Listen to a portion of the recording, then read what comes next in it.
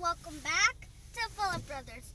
So today I'm going to show you how to clean a side window in a car. So you see I have lots of water droplets on here. You see this window button? You have to put it down. So you put it down, you see? It's going down like this. And then now you move it up like this. And then some of it goes away, and then you can see where you're going.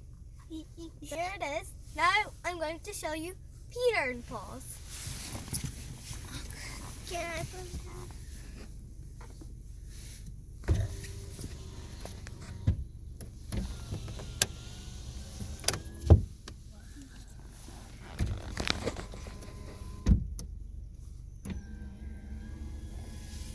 I can see really good.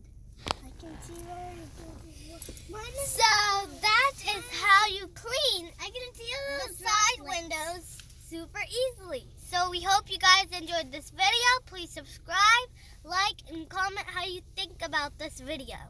Bye! Yeah, but my window has these little droplets again. Bye! Bye, see these droplets again. Bye! Peter!